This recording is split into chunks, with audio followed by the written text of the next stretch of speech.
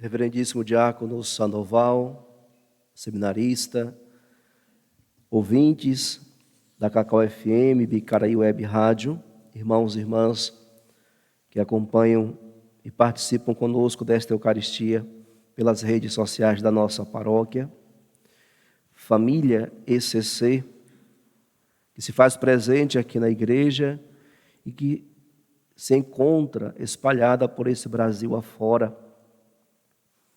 Celebramos Jubileu de Ouro de um encontro que foi suscitado no coração de um sacerdote quando percebia a necessidade de trabalhar o resgate da família, trabalhar o resgate dos casais, trazendo-os de volta para um verdadeiro encontro com Cristo e, a partir deste encontro, retomar o caminho verdadeiro da família. Então, já foram 50 anos de evangelização, de anúncio da palavra de Deus e de resgate de muitas famílias através do encontro de casais com Cristo. Então, hoje, de fato, é um motivo para celebrarmos, louvar e bendizer a Deus pela a vida deste sacerdote que teve a inspiração divina de montar toda uma estrutura de encontro. E esse encontro tem salvado muitas famílias, muitos casais, e com a graça de Deus continuará salvando. A pandemia não nos permitiu realizar o terceiro encontro em nossa paróquia.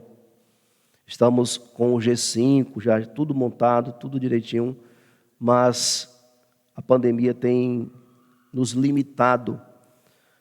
No entanto, a nossa fé e nosso desejo é que todos os casais da nossa paróquia, que ainda não vivenciaram esse encontro, possam fazer essa experiência.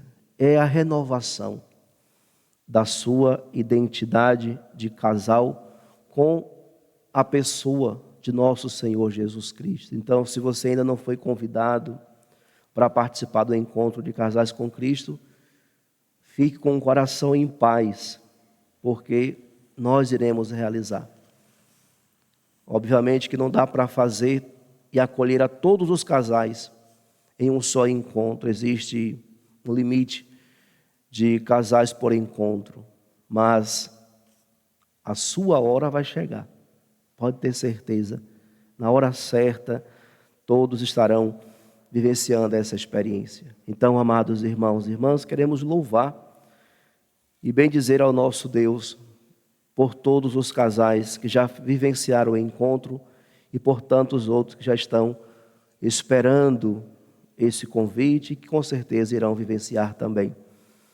E hoje, celebrando o 15º domingo do tempo comum, a palavra de Deus que nós ouvimos nessa manhã vem ao nosso encontro, nos apresentando o caminho que deve ser feito pelos profetas e o caminho que deve ser feito pelos apóstolos de Jesus.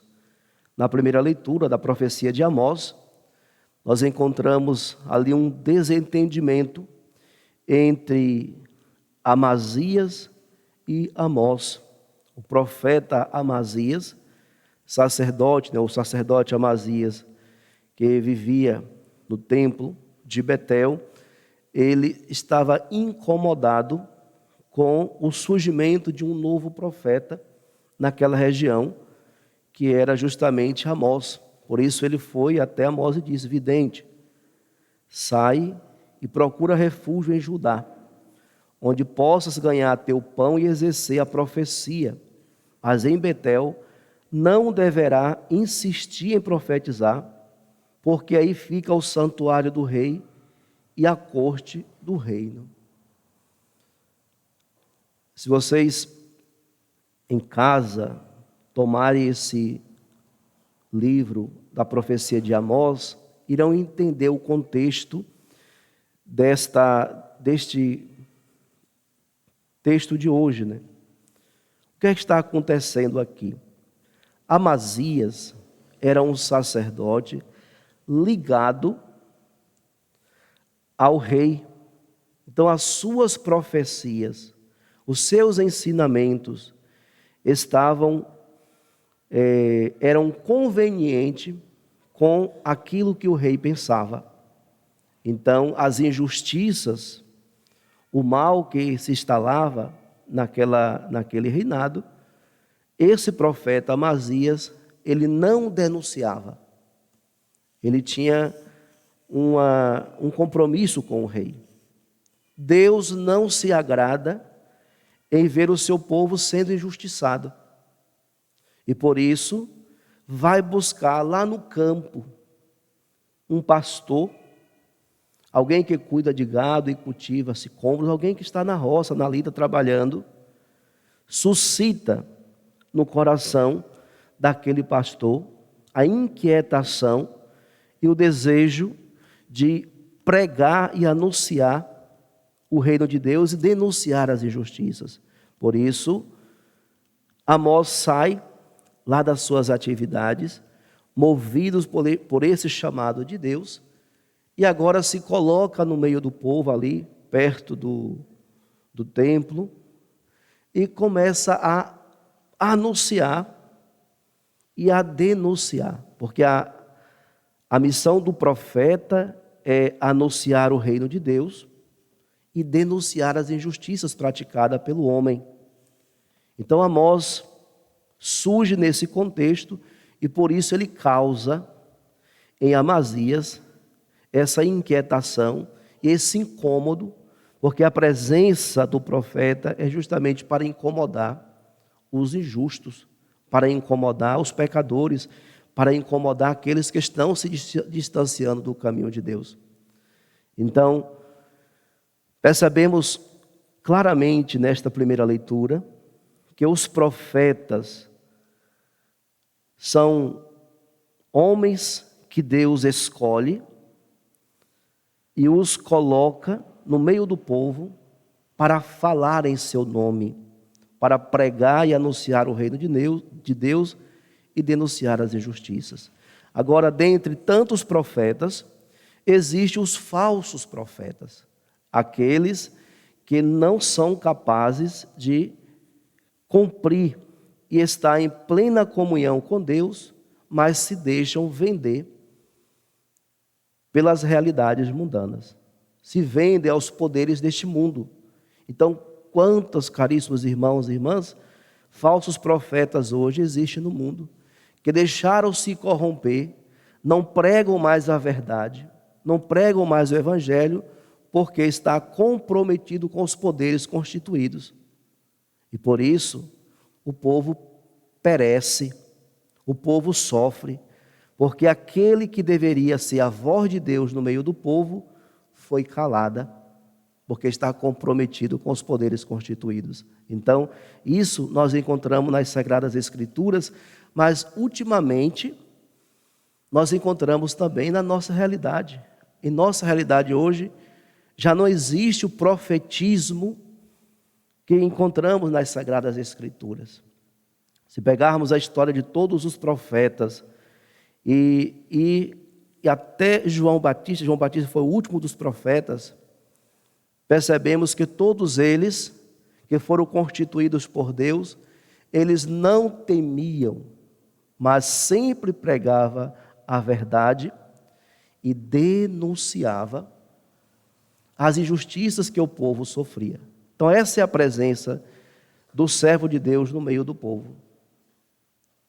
O profeta não está para fazer a vontade dos poderes constituídos, seja ele qual for.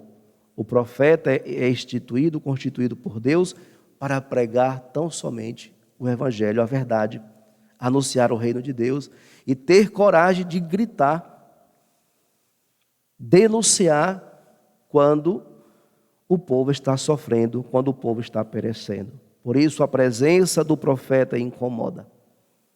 A presença do homem justo e reto vai sempre incomodar aqueles que não vivem e não praticam a justiça. Daí nós voltamos lá para o Evangelho e encontramos Jesus, que envia os apóstolos. Apóstolos significa enviados. Os 12 que saíram com a missão de anunciar o reino de Deus, e Jesus conferiu-lhes o poder sobre os espíritos impuros. Começou a enviá-los 2 a 2, dando-lhes poder sobre os espíritos impuros. Os apóstolos saem em missão para pregar o evangelho e purificar as pessoas. Expulsar os espíritos impuros. Aqui não se configura em possessões demoníacas. Às vezes, fala espírito impuro, a gente já pensa que é possessão demoníacas.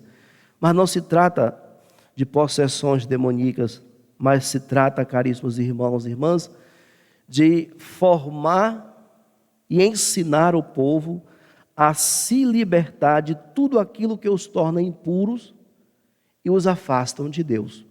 Então, dando-lhes o poder sobre os espíritos impuros, é dar a autoridade para que os apóstolos pregassem em nome de Cristo Jesus e ensinassem o caminho da libertação. Então, toda a realidade de pecado era condenada por esses apóstolos. Então, o pecado nos torna impuro. Então, os apóstolos surgem nesse contexto, mostrando que o caminho para viver uma plena comunhão com o Pai perpassa justamente pela renúncia, pela mudança de vida e uma conversão verdadeira. É preciso converter-se, é preciso mudar de vida, é preciso renunciar a tudo aquilo que nos torna impuros para de fato fazer cada vez mais esse caminho que nos acende numa experiência profunda de santidade. Então, o caminho que nos leva a Deus é o caminho trilhado na santidade. São Paulo vai dizer justamente isso, né? Que nós sejamos irrepreensíveis no amor e na santidade. Que sejamos homens e mulheres que vivem nesse mundo trilhando esse caminho. Então, os apóstolos são enviados para isso, para pregar o evangelho, para anunciar o reino de Deus e para ensinar o povo o caminho da verdadeira purificação, se libertar de todo o mal, se libertar de tudo aquilo que os torna impuros. Uma outra experiência bonita ao enviar os discípulos é que Jesus pede que os discípulos não levem nada. Não leve dinheiro, não leve sacola, não leve 2 túnicas, mas que eles vivam a experiência da providência divina. Quanto mais livres os apóstolos estavam, mais longe o reino de Deus chegava. Ou seja, qual é a preocupação dos apóstolos? Só pregar o evangelho, anunciar o reino de Deus. Por isso não deve ter posses, não deve ter dinheiro, mas viver inteiramente para Deus. Porque a missão dos apóstolos é justamente anunciar o reino de Deus. Então, se eles carregassem dinheiro com eles, iam dividir a preocupação em proteger os seus pertences. Se eles levassem a família com eles, estariam divididos em cuidar da família e cuidar da missão. Mas não.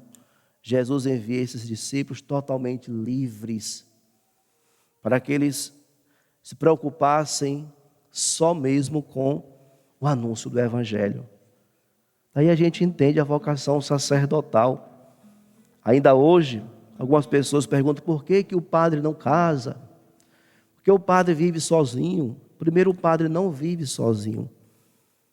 Nós moramos numa paróquia, nós temos uma família que é numerosa, filhos, mães, pais, netos, que não acaba mais.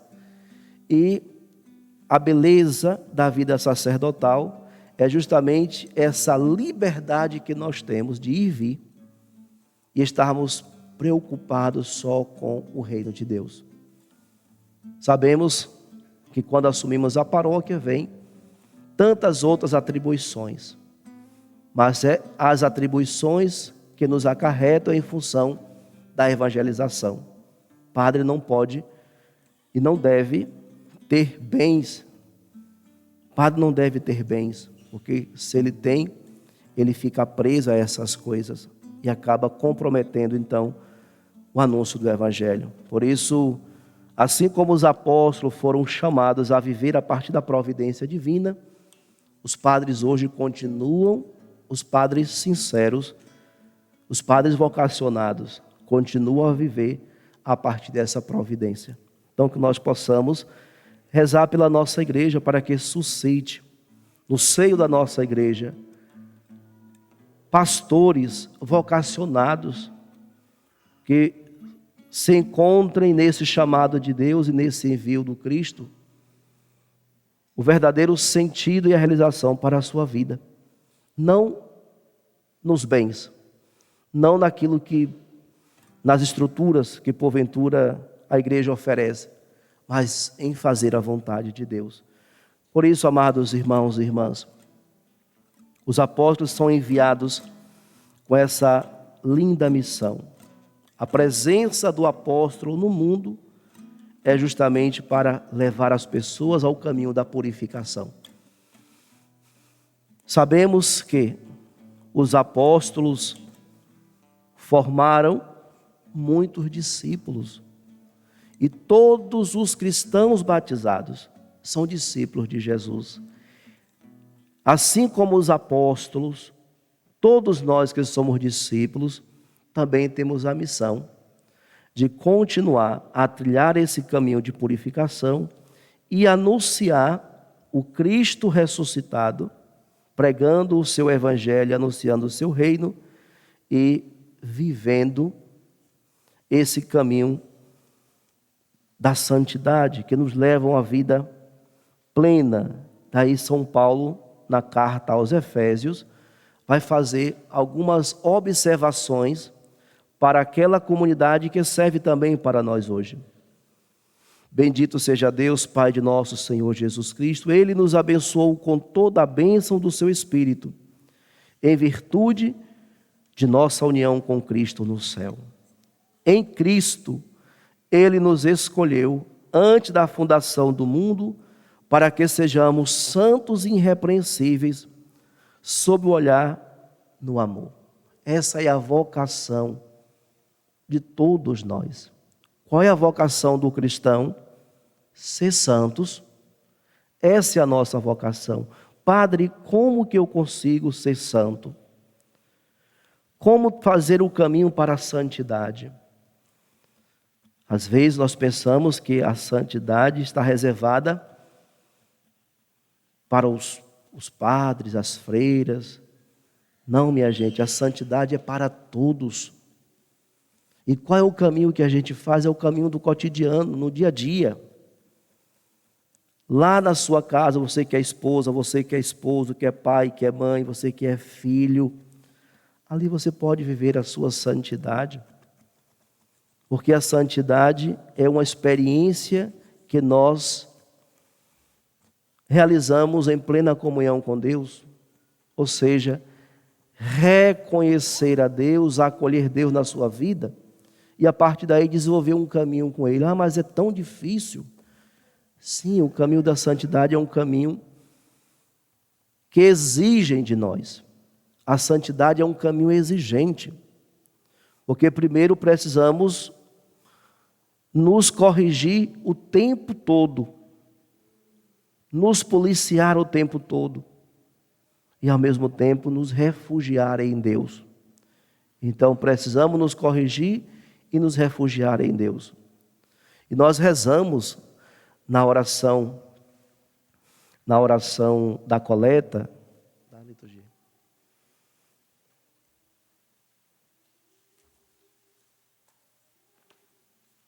Na oração da coleta hoje, nós rezamos assim: ó Deus, que mostrais a luz da verdade aos que erram para retomarem o bom caminho, dai a todos os que professam a fé, rejeitar o que não convém ao cristão e abraçar tudo o que é digno desse nome. Assim nós devemos viver nesse mundo. Devemos colocar a mão no nosso coração e nos perguntarmos: enquanto cristãos batizados, nós estamos vivendo isso? Nós pedimos na oração a graça. Deus que mostra a luz da verdade aos que erram para retomarem o bom caminho. E pedimos: dai a todos os que professam a fé, rejeitar o que não convém a um cristão. Nós estamos rejeitando ao que não vem a um cristão.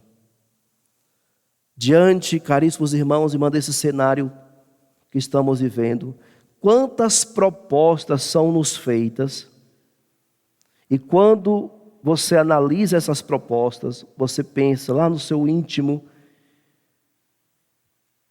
isso convém ao cristão?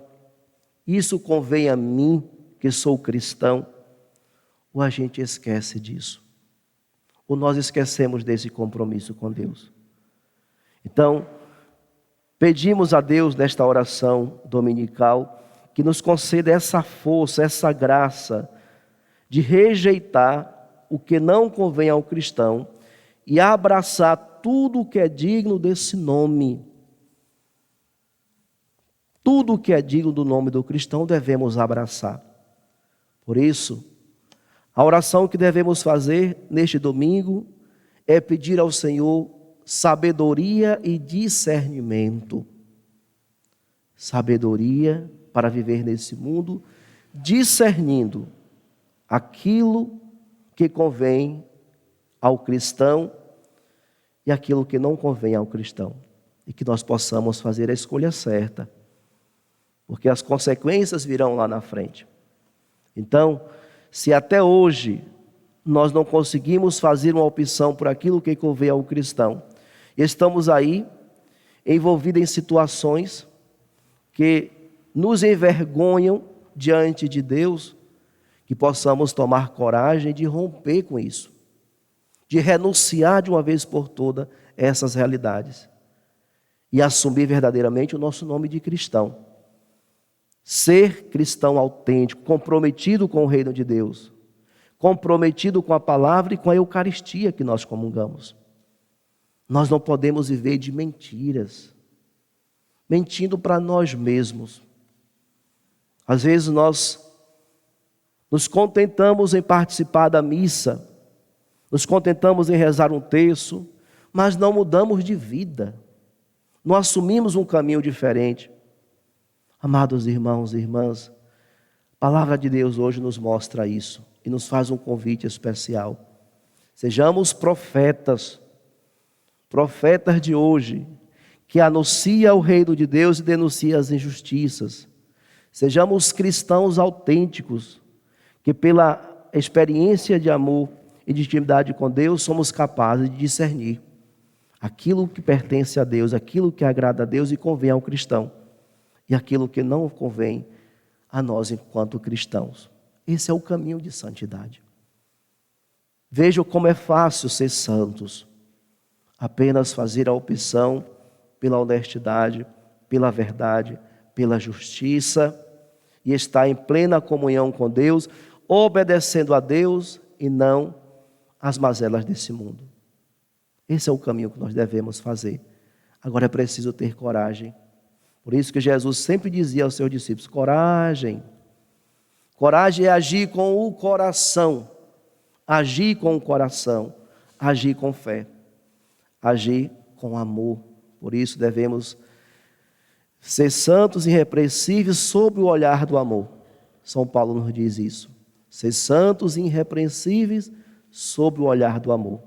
Que sejamos uma comunidade de fé que ama e que trilha esse caminho da santidade. Louvado seja nosso Senhor Jesus Cristo. Para sempre seja louvado.